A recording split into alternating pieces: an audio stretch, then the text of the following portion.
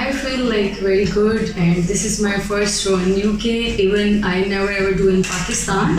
So I'm so excited and little bit just nervous because I am doing in TV. So let's see, but I'm trying to do best.